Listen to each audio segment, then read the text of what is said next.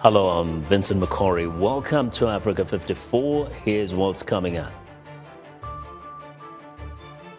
U.S. Secretary of State Antony Blinken is in Israel to show support as the country retaliates against Hamas for brutal cross-border attacks. Hundreds demonstrate in Namibia to demand the immediate release of a youth activist who was arrested. And we'll look at the impact female teachers are having in educating girls in Zambia. All this and much more coming up on Africa 54.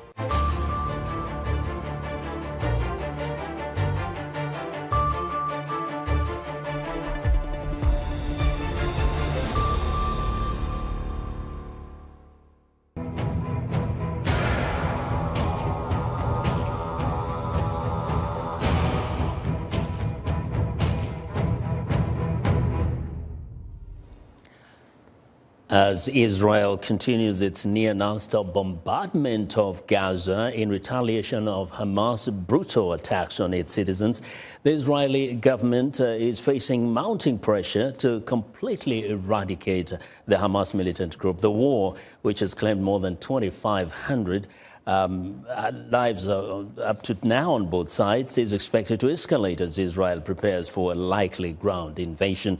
The death toll among French citizens in the Hamas attacks has risen to 12, with 16 others missing. According to the French Foreign Ministry, the regional director of the International Committee of the Red Cross says the group's first aim is to mobilize medical supplies, fuel, and staff already within Gaza. And meanwhile, tanks in southern Israel fired at Gaza on Thursday, while Hamas rockets hit Sderot,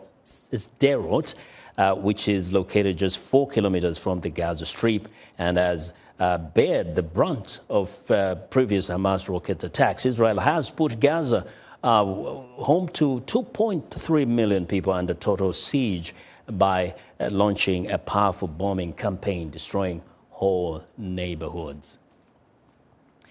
Well, now, U.S. Secretary of State Antony Blinken arrived in Israel Thursday to reassure Israeli Prime Minister Benjamin Netanyahu of Washington's support. The value that we place on human life and human dignity, that's what makes us who we are. And we count them among our greatest strength. That's why it's so important to take every possible precaution to avoid harming civilians. And that's why we mourn the loss of every innocent life. Civilians of every faith, every nationality who've been killed. Tragically, the number of innocent lives claimed by Hamas's heinous attacks continues to rise. Among those, we now know that at least 25 American citizens were killed.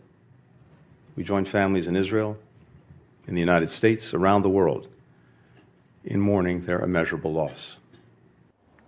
Secretary Blinken met with senior Israeli officials Thursday to inquire what Israel needs as it seeks to free hostages held by Hamas, regain control of its border with Gaza, and destroy Hamas' operational capacity.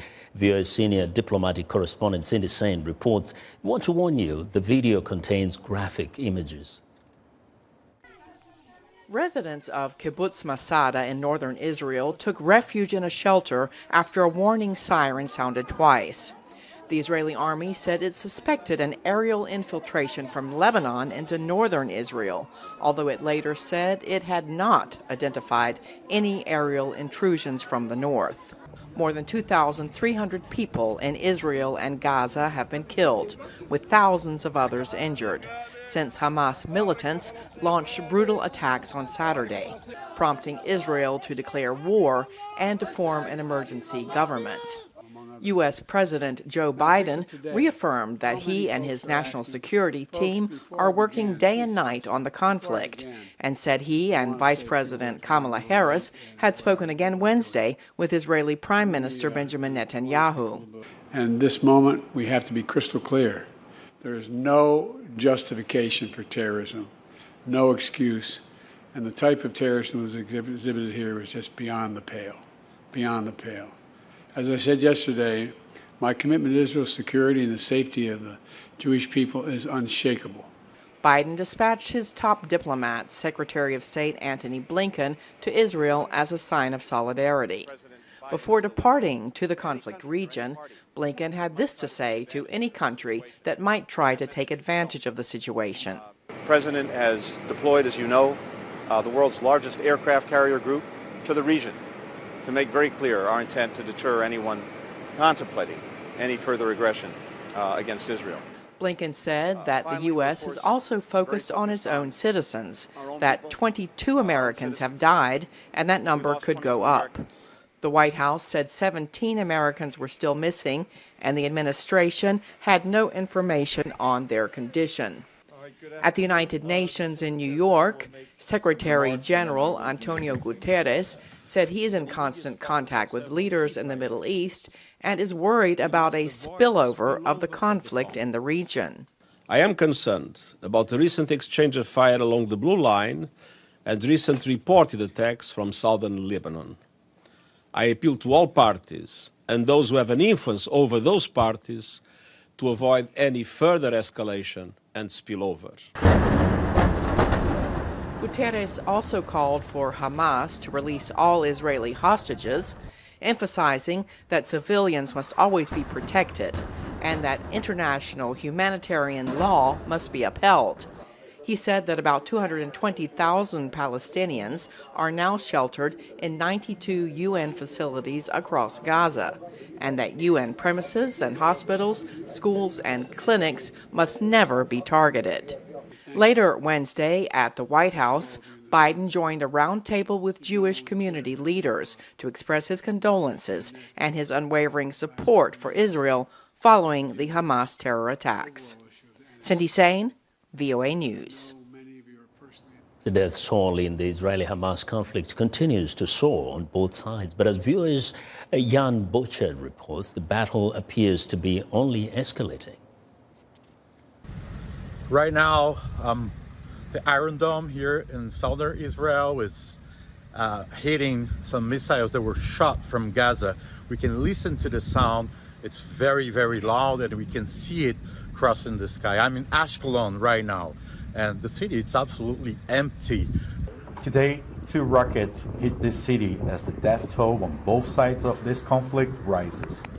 About 7 kilometers from Gaza, ambulances stand by as bombs crash in and out. We can also hear gunfire, and Israeli soldiers are on edge. Some say Hamas will continue ground assaults. Bombs pound the Gaza Strip day and night, where 2 million civilians live. They have no way out, and people we spoke to today inside Gaza say humanitarian aid is not getting in. In the West Bank, Palestinian men from Gaza say they can also not go home because the war began while they were working outside the Gaza Strip. Some say when Hamas attacked Israel on Saturday, they knew it would be a disaster for their families. Now, in less than a week, more than 2,300 people are dead. Thousands more are injured. Hundreds are held hostage or missing, and the war continues to escalate. Jan Butchert, VOA News, Ashkelon, Israel, and the West Bank. Well, for more on U.S. Secretary of State Antony Blinken's visit to Israel, let's go to Linda Grashtin, who is standing by live in Jerusalem. Good evening, Linda. Good evening. Now, can you tell us more about what the conversations or the talks were between the Secretary and the Israeli officials? Yes, so Israel feels that, international support is really important and has been very pleased with the American response. Secretary of State Antony Blinken gave a fairly emotional speech. I mean, he's not particularly known to be so emotional, and he said that he's coming not only as a diplomat but as a Jew. He said he has relatives who were killed in the Holocaust and talked about, how he feels about, the Hamas attacks on Israel. Pretty strong statements. Israeli Prime Minister Benjamin Netanyahu said that Israel is committed to wiping out Hamas and will not stop until that happens. Mm-hmm. Israel and Hamas have fought, half a dozen battles back and forth every few years. There's kind of a mini war, and I think this time there's an Israeli decision that they want to remove Hamas completely from controlling Gaza. Now, Linda, there's calls to allow essential supplies into Gaza. What has been Israel government's response? Well, the Israeli government says that as long as Hamas is holding hostages, anywhere between 100 and 150, including several dozen dual nationals, including Americans, one of whom I know, Israel will not allow humanitarian supplies in. There was a convoy yesterday that came from Egypt, and Israel bombed the road so that the convoy couldn't continue. And Israel says that it's going to put pressure on Hamas to release those hostages.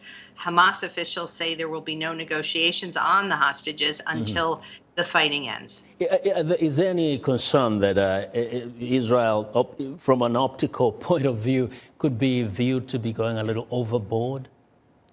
Yeah, well, there is concern. Look, I mean, it's clear that Hamas started this conflict. Israel has the bodies of 1,500 Hamas gunmen who breached the border between Gaza and Israel, went into agricultural settlements, went into this music party in the forest, and just murdered civilians, some in incredibly brutal ways. So Israel does have world support, and I think there is support for an Israeli reaction against Hamas. That said, as the death toll in Gaza of innocent civilians continues to climb, I think it is likely that there will be pressure on Israel to stop its bombings in Gaza. Linda, thank you very much. That's Linda Gradstein reporting live from Jerusalem. David Schenker with the Washington Institute for Near East Policy, a Washington, D.C.-based think tank, says the Israeli-Hamas war is likely to distract from Russia's war in Ukraine. VOA's Ignatius Ano spoke to Schenker, who says there is ironclad support for Israel on Capitol Hill. Right now is a good time, or until this conflict, it was a good time to have a negotiation. Politically, we'd have 5 or 6 months to fix that deal. But with American elections coming up and all that Congress has to do to support the deal, it's hard to imagine Democrats and Republicans in Congress cooperating to give the Biden administration a victory in the lead up to presidential elections in 2024. So this may, really delay moving forward on the agreement, and perhaps delay it for, until after the elections. Just a week ago, the National Security Advisor, Jake Sullivan, talked about, a peaceful Middle East and how great things are going in the region. I think this really hammers home the fragility of the situation. It's not only that there's a real war going on between Israel and Hamas, but also failing economic states in Egypt, in Lebanon, in Syria, and in Tunisia. The region is really, I think, quite fragile right now as a whole. It brings me to my next question, which is that currently the U.S. Congress is without a speaker. Affairs of the People have come to a halt as this week the House is expected to look for a replacement for Kevin McCarthy. Now, one of the funny issues that led to Congress being where they are is the continuing support for the Ukraine-Russian conflict. And here we are seeing another war at hand again. What do you think, A, is next?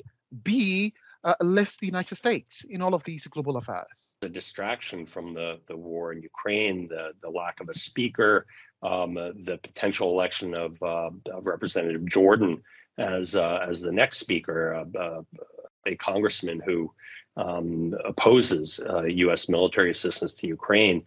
The outlook is not great. I don't think this is the right place for the United States to be in. I think this is a priority for Washington, and in that sense, while the tragedy, while the slaughter in Israel is a great focus of the United States, it's really in many ways also a distraction from the larger conflict in Europe, and one that has an even broader consequences potentially for the United States and its allies in Europe. But meanwhile, regardless of where Congress stands on Ukraine, there is so-called ironclad support for Israel within the Congress. There small handful of Democrats that have some issues with Israel, but by and large, the number of senators and congressmen who have issued statements and tweets in support of Israel is overwhelming, probably well over 95% of the House and the Senate. One of the key things that runs through all the remarks that we've heard from world leaders, from Europe to the Americas to other parts of the world, is to the UK, for example, is that Israel has a right to defend itself. What does that mean? In the past, this has meant that Israel has U.S. support and international support to some degree to be proactive in its self-defense. That is, if it sees a troubling development in one of its neighboring countries or an Iranian proxy, that it's going to be proactive. And we've seen in recent years as Iran has tried to establish forward operating military missile bases in Syria with the missiles pointing at Israel. Israel has flown over Syrian territory and destroyed these Iranian outposts, killing IRGC soldiers, troops.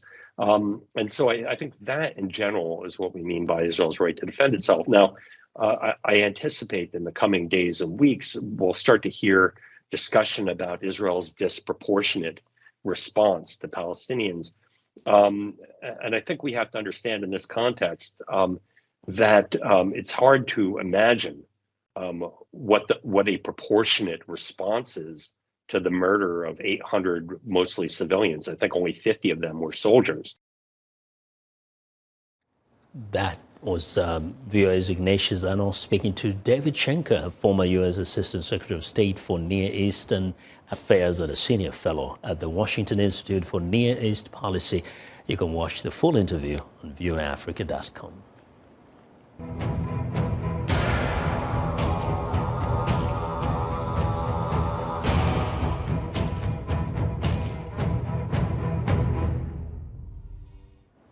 Now to Namibia, where up to 200 people demonstrated in support of a Namibian activist, Michael Amushelelo, who was arrested in March along with 3 others. The protesters are asking for his immediate release. Vitaly Angulo reports from Windhoek, Namibia. Speaking to VOA, Julieta Amushelelo, the wife of the activist who has been in custody for 7 months without bail, said her husband's incarceration is because of his protest against youth unemployment, which is estimated at about 40% in the southern African nation with a population of 2.3 million. Today we came to hand in a petition for the follow-up of the last protest to see how far everything has come when it comes to the trial of Michael Amushelelo.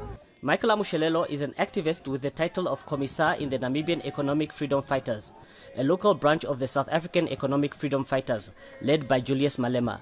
Speaking at the march, Emmanuel Pombili Yafestus read out a petition outlining the need for young people to be guaranteed freedom of expression without fear of intimidation from authorities. Number 3, international human rights obligations. As a nation, we have committed to upholding international human rights treaties that protects the rights of all individuals regardless of age. The group of mostly young sympathizers of Amushelelo handed in a petition to a representative of the judiciary, which they accuse of treating him harshly. I've received your petition. I've taken note of what you said. One of the relevant authorities to receive it is the executive director. I will also share it with the senior officials, and then we will take it from there. Michael Amushelelo and another accused, Dimbulukeni Nauyoma, appeared in the Kachitura Magistrate Court in Windhoek. Their trial continues on Thursday. Amushelelo and 3 others were accused of staging an illegal demonstration on Namibia's Independence Day on the 21st of March 2023. His co-accused is out on bail, while 2 others have since had their charges dropped. For VOA News, Vitalio Angula, Windhoek. We're excited to hear what you think about Africa 54 and all our VOA Africa programs on our website at voaafrica.com. Still to come, female teachers are making a big difference educating girls across Africa. We'll be right back.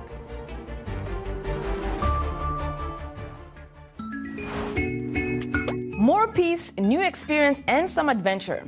That is the desires of many women. But what does this journey require? On this week's episode of Our Voices, we discuss what makes a woman want to leave her comfort zone for new adventurous experiences and how that journey may help her to be the best version of herself. We will hear from women who stopped everything, packed their bags, and flew across country, continent, or the world to build new careers, find love, cultures, and more. Join the conversation each week right here on Our Voices.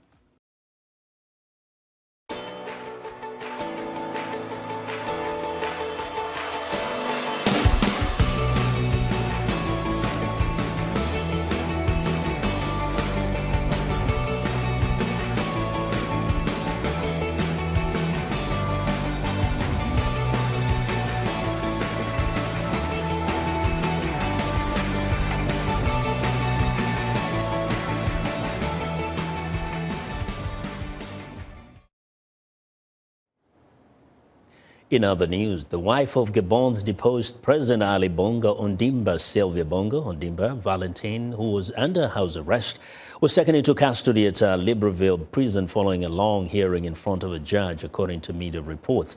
The 60-year-old was charged on September 28th with money laundering, forgery, and falsification of records.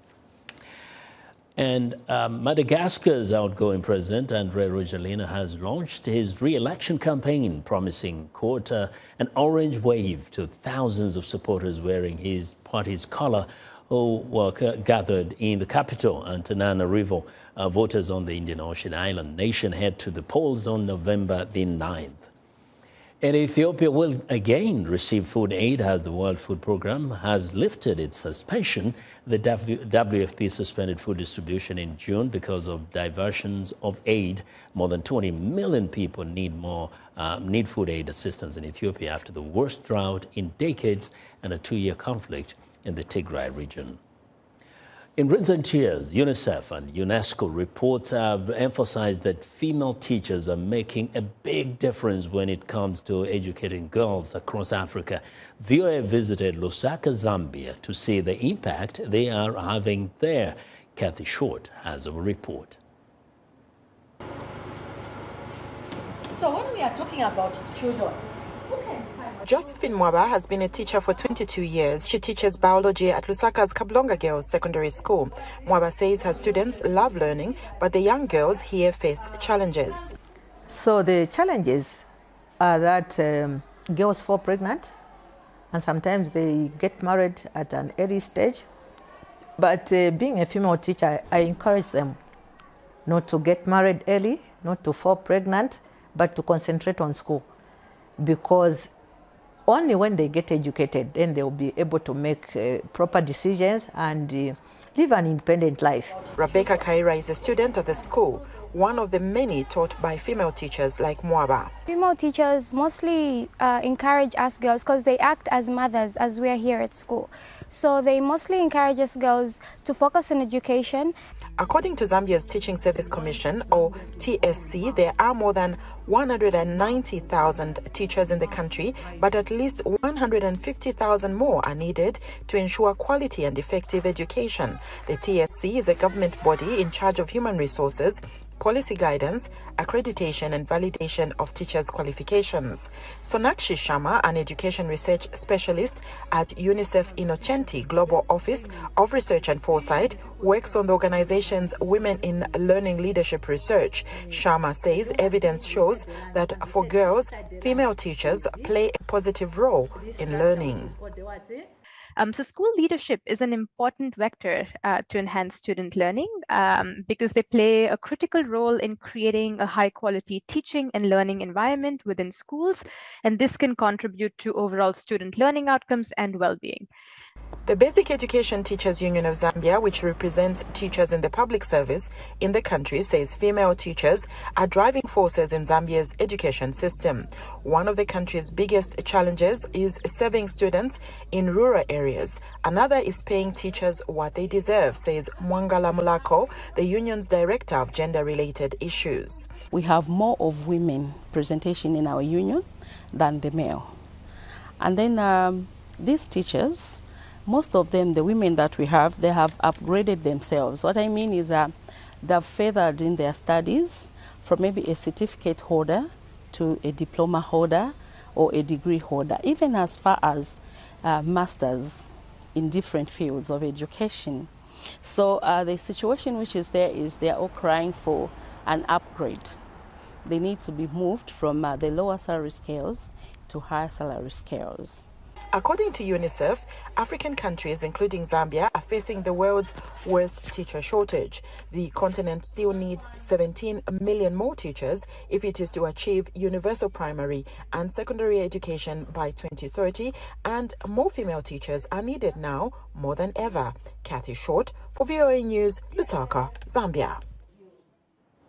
Well, and that's our show for today. Be sure to watch Africa 54 on our website at voaafrica.com. From all of us here in Washington, thanks for watching.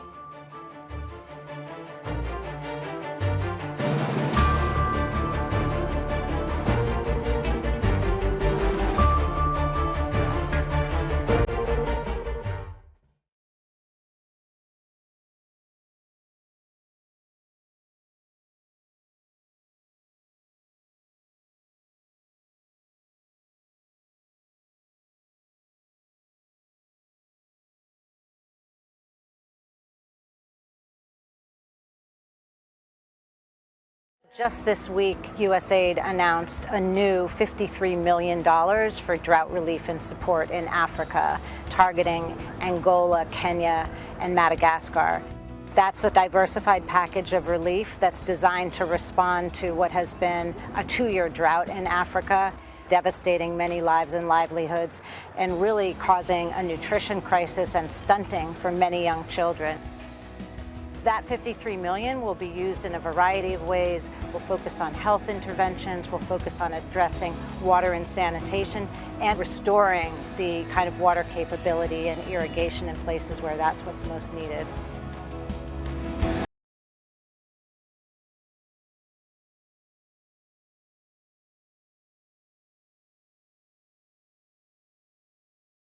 Talking, of course, about extreme weather events and more generally, the ways in which the economy is being affected by this tremendous crisis. One of the biggest things we focus on through our adaptation and resilience work is early warning systems, because we know that even 24 hours of advance notice can literally save lives and livelihoods. We're also focused on making sure farmers know what they need to know in terms of planting and harvesting crops based on what we can see from satellite data and other information regarding weather patterns. And our goal is to reach 500 million people worldwide with increased capacity to respond to the crisis.